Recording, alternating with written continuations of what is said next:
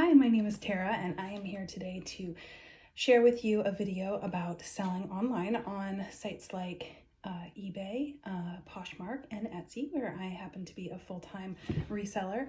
I support my family, working full-time, selling on these sites, and I sell everything from clothing to what is considered hard goods, which is things that are actually physically hard, like pottery or toys or really anything, dishes, things like that.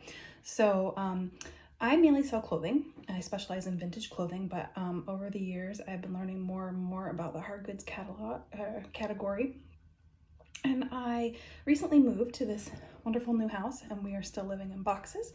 It's been 3 weeks. I live in southern Vermont, and now I did live in New Hampshire, and it is about 90 degrees today, as you can see by all the frizzies. But as we are going through things, I have been finding things that, of course, like every good reseller, that I have never listed. And so I thought I would make a haul video today to show you some things from, I guess, what you call a death pile. Some people like to call them a money pile. I prefer money pile. That sounds better. Of hard goods that I picked up and that I either know, for one, that were a good flip, or they were things I wanted to experiment with selling because I had no idea whether they were a good flip or not. So these things either came from the Goodwill outlet, or they came from a church thrift sale, or possibly they came from a Salvation Army store. So I'm going to share those items with you. I've got 2 bags of stuff, and you guys can tell me whether you thought that they were good pickups or not. We're going to start with some items that I actually just picked up the other day that I picked up at my new local Goodwill. They don't have a lot of hard goods there, but I'm looking through. It's when you move to a new area, you have to get to know your thrift stores, and I'm learning about this one. I thought they had horrible stuff the first time I went there, the first couple times I went there, but I'm starting to find some things. So I'm learning kind of the lay of the land, which is that it's a small store, and they, I think they sell a lot of stuff very quickly. So you have to go in often, and it's small enough that you can know the place and know, oh, they put stuff new out here, or, since 2 days ago or something like that. So anyways, the first item was this. These are all candle holders, and I got this beautiful, this was $1.99.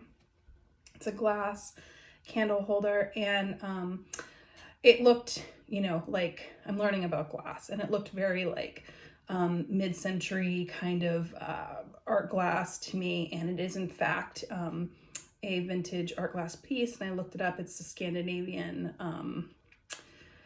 it's called a Snowball votive candle holder. They still are in production today, but this, I'm 100% sure this is a vintage one because I found it with some other vintage mid-century pieces. So I'm gonna have to do some more research on how to differentiate, because as far as I know, there is no signature. But for $1.99, and I think this probably, they're not like super, they're not, this isn't $100 piece, but I think if I put this on all the platforms, I think on eBay it was selling for around like $25 for a single one. They sometimes were sold in a set with a slightly smaller one, but I think on Etsy I can probably get more like $35, and as long as you take a good picture. So it's really pretty. And in the meantime, while it's not selling, I will probably use this because I think this is really pretty. I also happen to have like a crystal candle holder that's actually like a rough, not crystal glass, but like a amethyst, except it's a brown crystal, and it's like a rough cut rock on the bottom. It's really big, and has all the crystals growing out of the top, and then it has a votive candle holder. And I think that the aesthetic of those two near each other would be some nice elements. So I think I'm gonna do that. And then I also found these were a set. They were $4.99. And I knew these were the ones that I knew were mid-century for sure. And I looked them up. I think they were actually made like 1980, so right at the cusp of that whole mid-century Scandinavian style movement. My mom actually had a teak dining room table with mid-century style chairs that she bought in like 1986, and it probably had been in a furniture store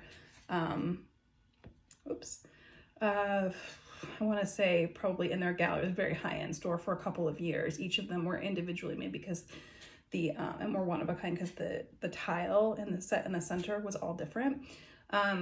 So some of that 80s stuff is still in the mid-century style, and this is one of those pieces. And these candle holders, I'm guessing will go anywhere from $80 to $100 for the set. So I was really excited about those. And I found the artist who makes them. I believe his name was Timothy something or another. But beautiful. If we had a fancy house, we do have a fancy house, but it's more like country style, not modern style. I would keep these, but these just don't match our aesthetic. So there were those. So that's the kind of thing, like if I'm going to pay like up for something, I will pick up, but it has to be something I know is worth some money. All right, now these were from the Goodwill bins. I picked up this Cabbage Patch. I know these aren't worth much, but I want to learn about them. So I thought at the bins pricing, and she actually looks a lot like the Cabbage Patch I had when I was a kid. My mom just gave me a Foot Locker with all of my things from growing up, and it had my Cabbage Patch, not my doll, but the clothes for my doll in there. It was really a trip down memory lane. And I don't know if I'll keep them. Maybe I'll lot them up with her. So I don't know what she's gonna sell for, but I picked this up at the bins so that I could learn about Cabbage Patch stuff. So there was that. I also picked up this, it looks like I got this at the Salvation Army. $2 I paid for this. This Paul Bunyan, it's like pickup sticks. It's really cute. My guess is this is probably from the 70s. I don't know what this is worth, but probably around like, I would guess 10 to 18, something like that. It would look really good on a shelf. The wooden pickup sticks are in there. It's more of like a decorative thing for people who collect vintage toys and want to maybe put that on a display. Again, I like to learn about Plush. I've been learning about selling stuff with Plush and stuffed animals. I picked this up at the bins. It's a Thai Beanie Boo. That's the ones that have the big like eyes, like they're tripping on mushrooms. But this is like a change purse. And I believe, is it flip sequin? Yeah, and it's flip sequin. So again, I don't think this is worth very much. It's like a puppy. I don't know if you can tell. It's got little ears and a little puppy face, and inside it's lined with paw print fabric. But I figured someone will want this. It probably had a strap, but it's still really fun for some kid. And there are people who do buy that Thai stuff. I've sold it. I've sold some of it for really good money, especially the Beanie Boos. I've had some of the big ones that have sold for like $50 to $80. Justice, which is a kid's store in the mall, had some like limited edition ones, and there are people out there who will buy them. So don't always, if you see a Beanie Baby and it's big or it looks different, I would just say if you're interested in selling stuffed animals, like stop and look it up because you might be pleasantly surprised. This is another plush. This is American Girl. So I will have to look this one up and see what the name of this dog is. Its little legs like move so you can pose it. It looks like it's walking. It has the magnetic nose. How I know that is this little piece on the collar wants to stick to it. So probably she would have come, or he, with a bone, and the bone would have been magnetic and it would have stuck to their face. I've sold a whole bunch of these before. They usually sell around $15. And I believe that was a Goodwill bins pickup. This, again, I think I paid $1 for. I'm not sure where I got it from. This is a Squishmallow. It's small and it's branded Canopy Lake Park, which is not the best. I picked this up because I wanted to learn about Squishmallows. Since then, since I picked this up, I was at the bins one time and there was a whole bin of Squishmallows that came out, and they were big ones, and I picked them up and I have actually learned more about them from selling those, and I've sold some of them. Not all of them have sold. I just learned some more about them. But anyway, so this one, I think I saw another person's YouTube video that actually they sold one with the Canopy Lake Park, which is an amusement park that's in New Hampshire where I used to live, for like $15, which is kind of weird because I would think that this would be worth nothing. So anyways, there's that. All right, next, these were purchased at the Salvation Army. They were 50 cents each. I got 2 of these vintage puzzles. This is Muppet Babies, Fozzie Bear, Kermit. I believe are these Whitman. These are called frame tray puzzles, where it has a frame and it's like a tray. They're like these thin cardboard.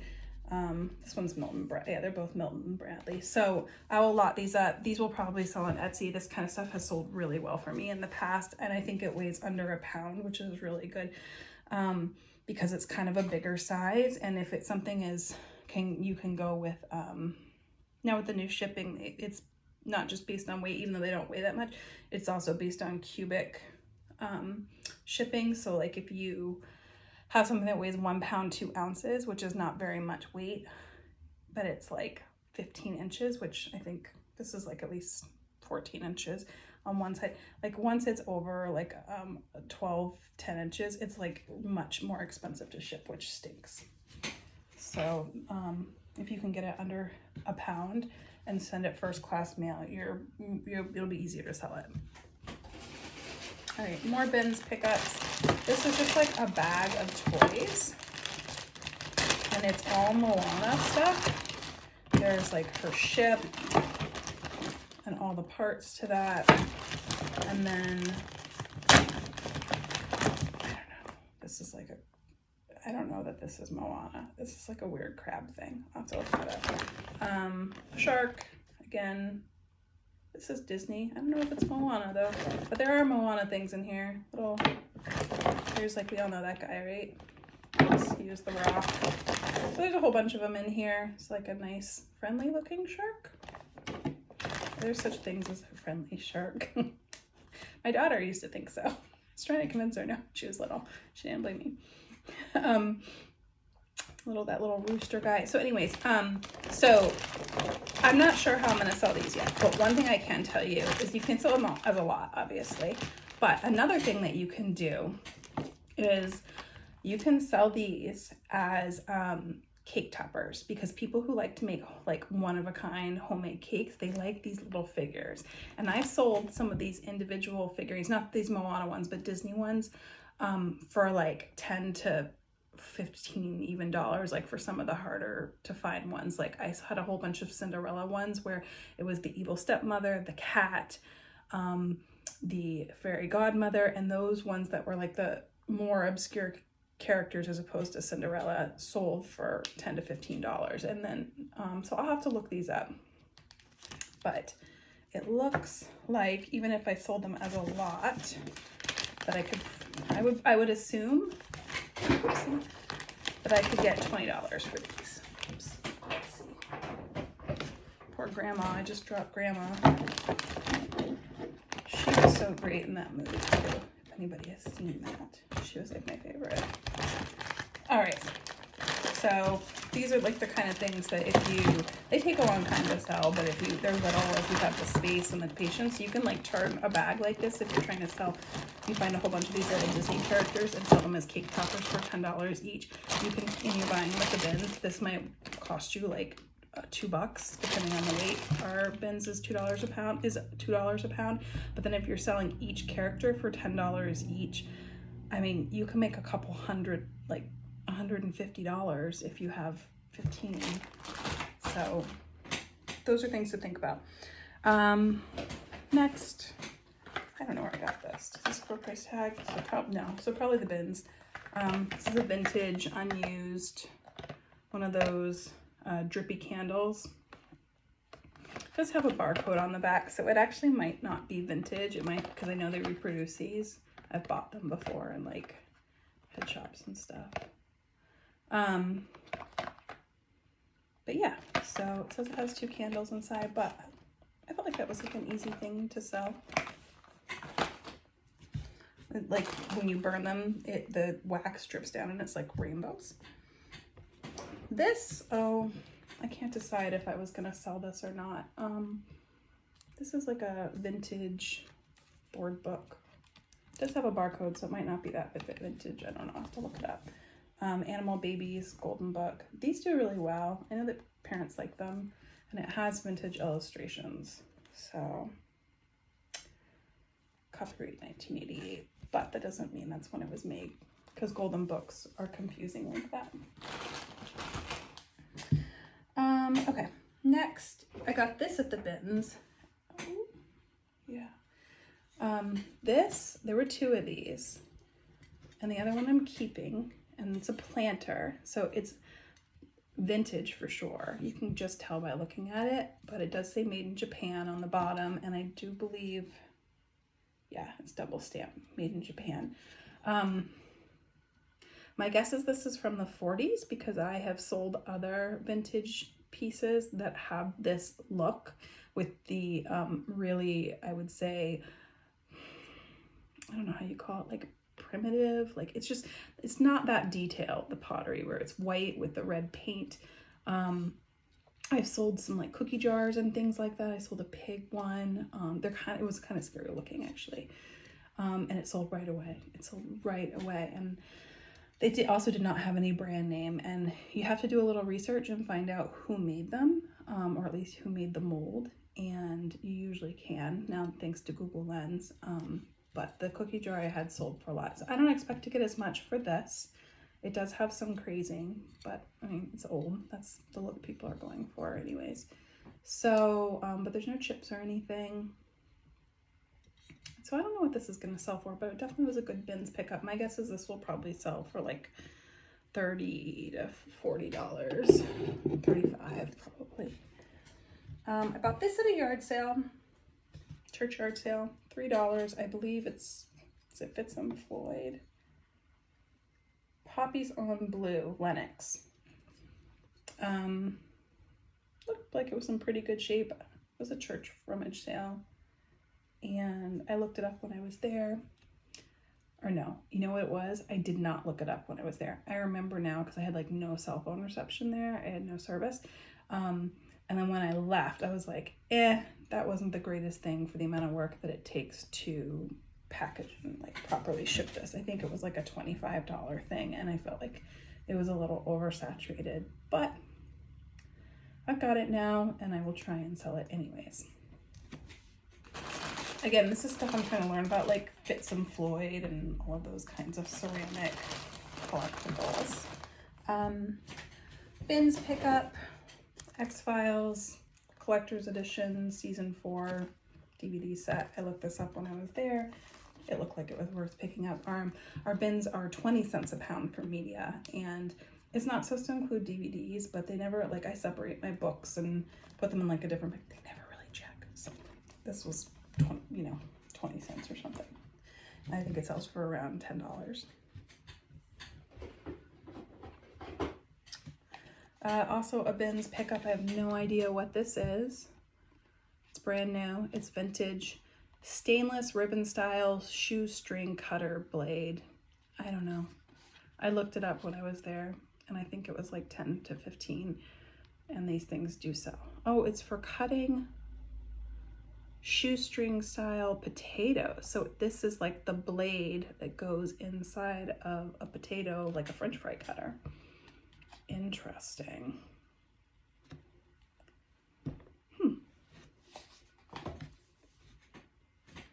This is kind of weird, and I picked it up because it was weird. I did purchase this at the Salvation Army. It was $2.50.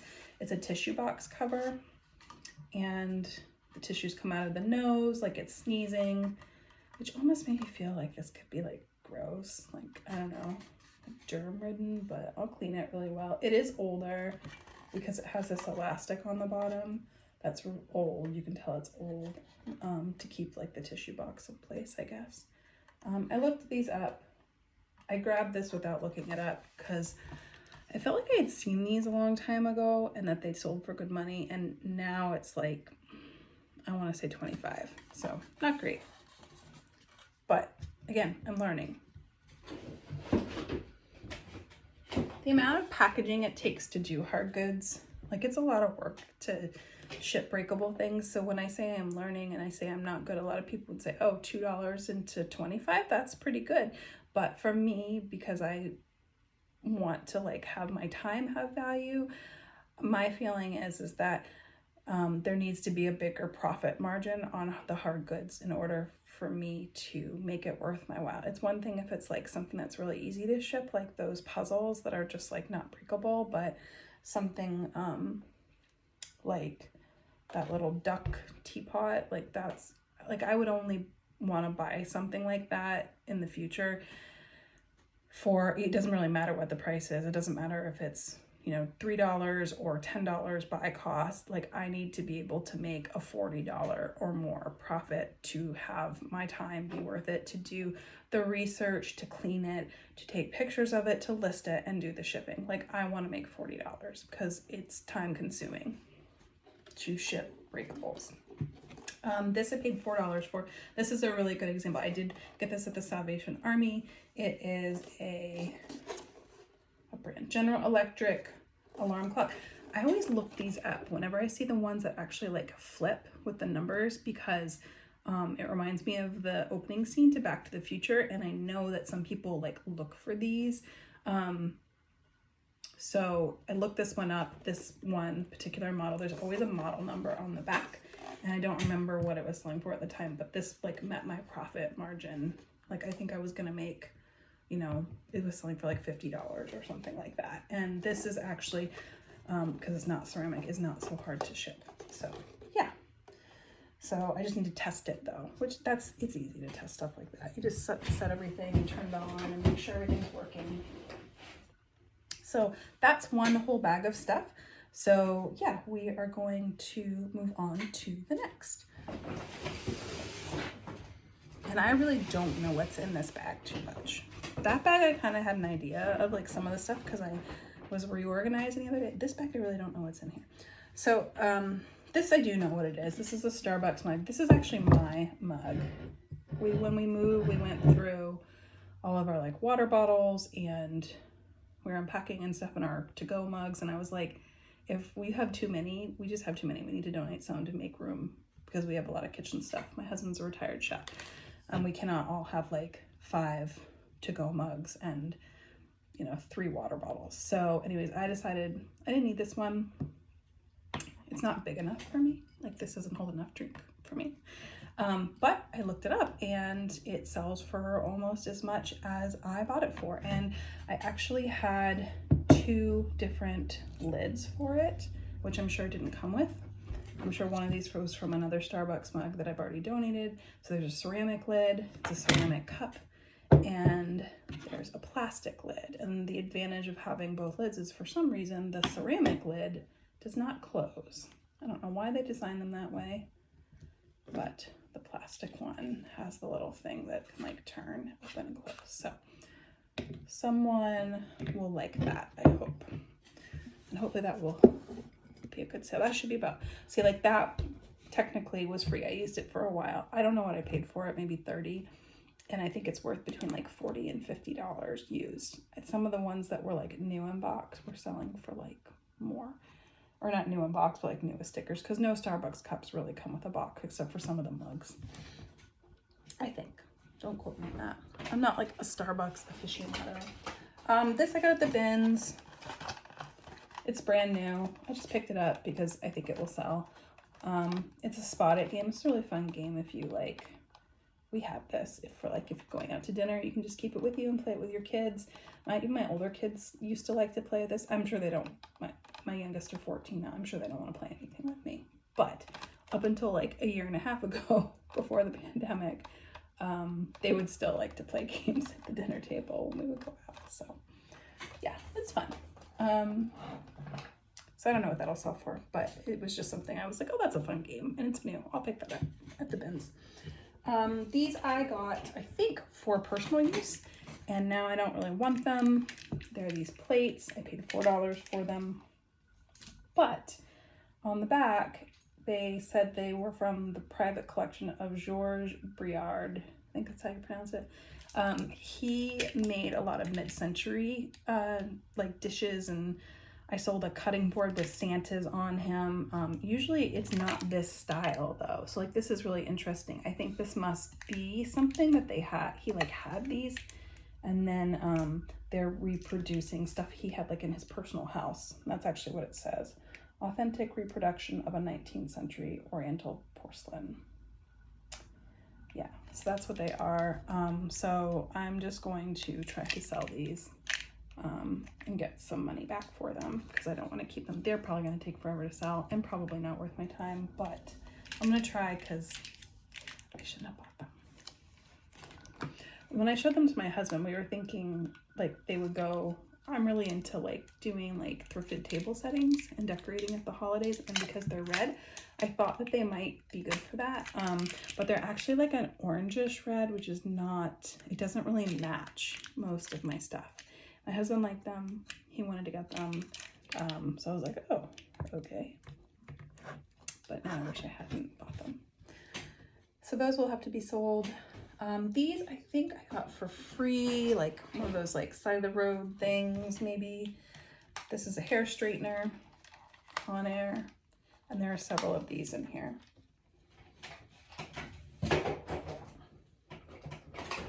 Here's another one, Brazilian Tech. Yeah. Try and sell it. It says keratin on the side. I don't know if that's the brand or Brazilian Tech is, I don't know, I'll have to look it up. They'll all have model numbers on there. Hopefully those will be worth some money. Another one, this is huge. This is,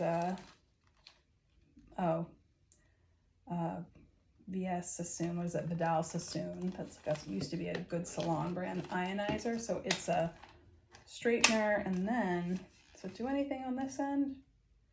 No, it just probably has like a big blower on the bottom. This is chunky. So hopefully this one is like more, maybe some of the salon grade ones. I know my mom has like some of these straighteners, and she bought them at the salon, like this, and they were like over $100. So I mean, probably these are all from Walmart, but maybe I got lucky when I looked them up. I've done well selling some hair stuff, like curlers and stuff I've done okay with. Yeah, so I thought I'd try some other things. Next is I have some dolls. These all Monster High. There's a whole bunch of them. No, this looks like it's Everly After. But these people, like, here's a Monster High, another Monster High. Monster High, she's a horse. Some of them are missing like their hands or stuff. I'll look them up with Google image search and see if any of these are like worth more money, because some of them are like worth money, but it is a little bit hard to part them out, to wait for all the sales, because the people who buy them are like really particular. So you have to make sure like that when girls have played with them like this, they'll have changed the outfit. So like this might not be her outfit. It might go to one of the other dolls or one that I didn't get. So I might just lock them up, especially if I got them for free or pick them up for next, you know, $5 or under, which is actually what I think I got these at a yard sale.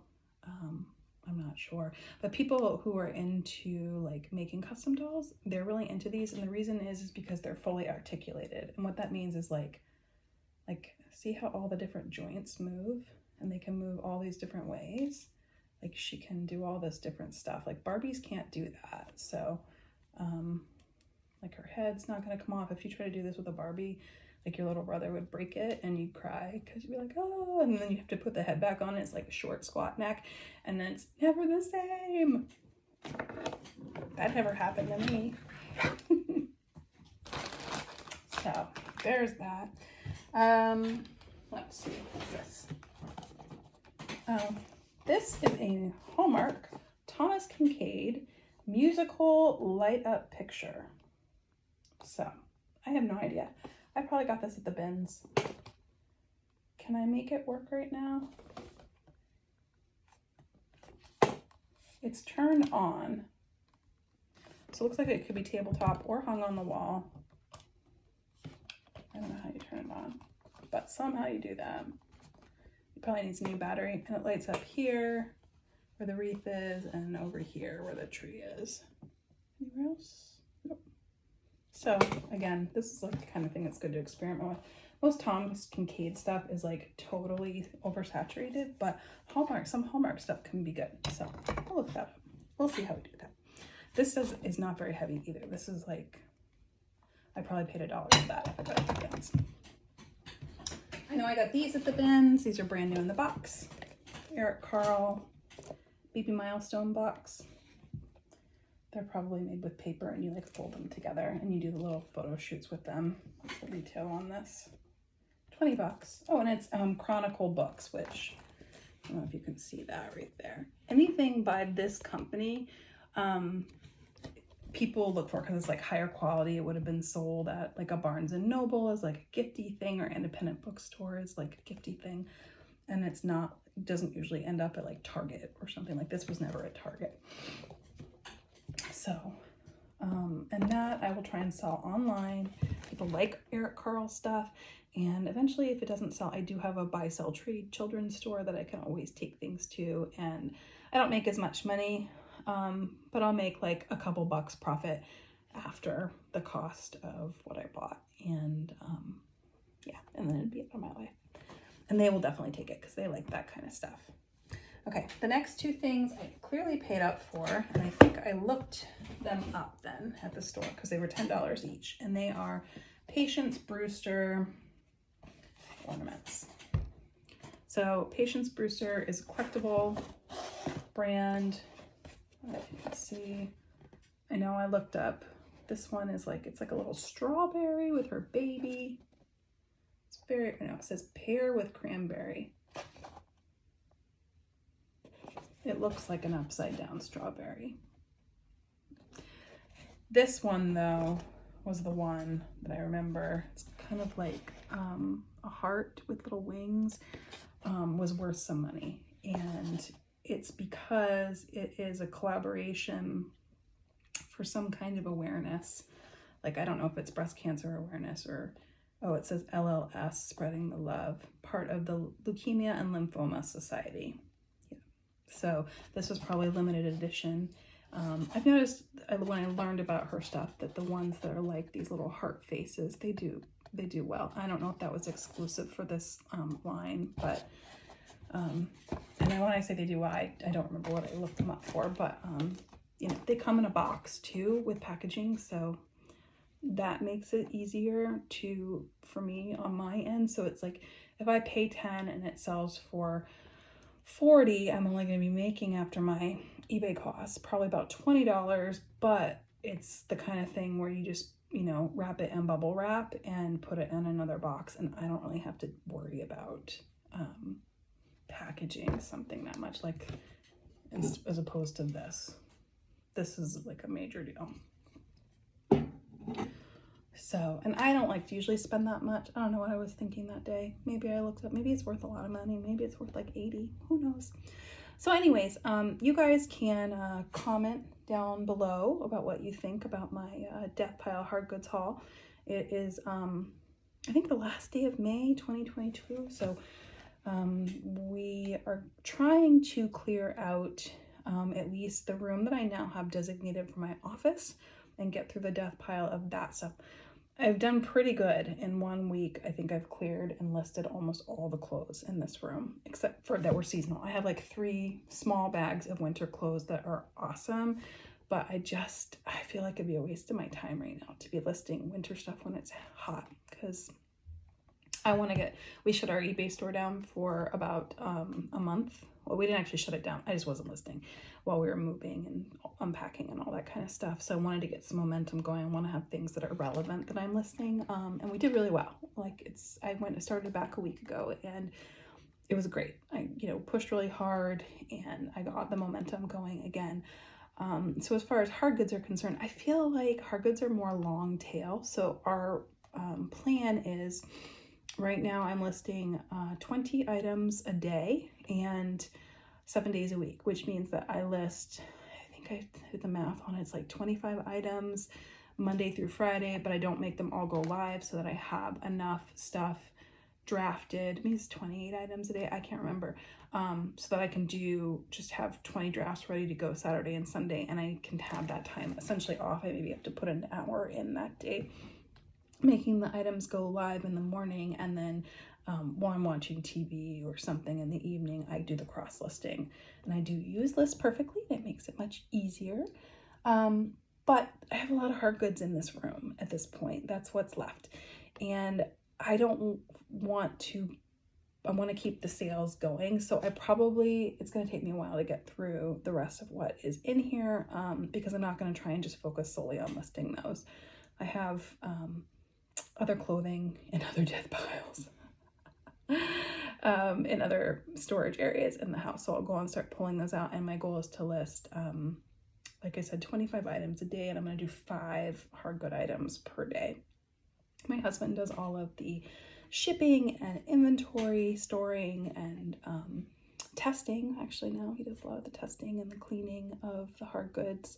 I do some of the cleaning, and I do all the cleaning of the clothing and the mending and that kind of thing. But because we're not fully set up here yet, he's like, oh, I don't have, my setup. I don't have my boxes. So he doesn't really want to like go full hog with the hard goods right now. He doesn't want to give me to give him 20 items that he has to get boxed in one day, because that is another thing that we do, is we pre-package all of our hard goods so that we can have accurate shipping weights, and so that they're ready to go, so that we don't have any lapse in shipping time by having to run out and find a box. So he, before I list anything, I'll take the pictures, write a description down in this little notebook I have, do the measurements and figure out how big it is. So like something like this, I'll clean it, I'll take the pictures, I'll write the measurements down, a little notes about like whatever, if it's got a brand name, says made in Japan, then I hand it off to him with the notebook, and then he packages it for shipping, and he puts some, writes what it is on the outside and puts it into our inventory system. And then he writes down in the notebook for me like what the dimensions and the weight of the package are, and then when I create the listing, I can accurately describe it, and we can offer people the best shipping price. Lately we've been doing like using a lot of FedEx for stuff like this, because they seem to be the only one who honor shipping claims if something gets broken. And then we can shop around too for our customer. We assume we're on one side of the country, and a lot of our stuff goes to the other side of the country, right? So a lot of it goes to Florida, or it will go to California, where there's just more people, and that's where, that's where our buyers are, or New York. But we assume that the item is going to go across the country, and we want to give them the best possible shipping rate for that. So what we can do is, when we have accurate weight and size, we can go onto the calculator and be like, okay, FedEx has the best price for this item. Sometimes it's USPS. Even if it's USPS has the best price for an item, if it's breakable like this, we still won't ship it. We will still charge people the extra, $3 or $4 difference to ship it FedEx, because, like I said, if it gets broken, especially if it's an expensive item, I don't want to be out the money. I had sold several collectible items over the Christmas holiday that if I had not shipped them FedEx, because one of them was broken. They were all Mr. Christmas, like animated, things. One of them sold for over $1,000. But I had the one that broke was like $300. If I had not shipped that FedEx, I would not have been able to get a return on my money, and I would have been out the item. And these were not items that I paid, a small amount for. I had a whole collection. Someone was a collector, and I bought, I want to say 30 different pieces, all in the original boxes, and they ranged in price from $15 up to $40 per item. So, if it was one of the more expensive ones, I don't want to be out by $40, which, and the cost of shipping and all of that kind of stuff, and have to refund someone's money, because that's a big hit. That's a big hit as a reseller. So I definitely take the time to make sure I'm going to ship my items with a company who knows that I do good shipping and is going to respect that. And if for some reason there is something that happens to the package along the way, which does happen, it's just what it is, but they're going to honor the insurance that I've paid for and reimburse me, so I can reimburse my customer. So yeah, anyways, so like I said, comment down below, tell me what you guys think, and hopefully I will be back with some more haul videos soon. Okay, thank you. Bye-bye.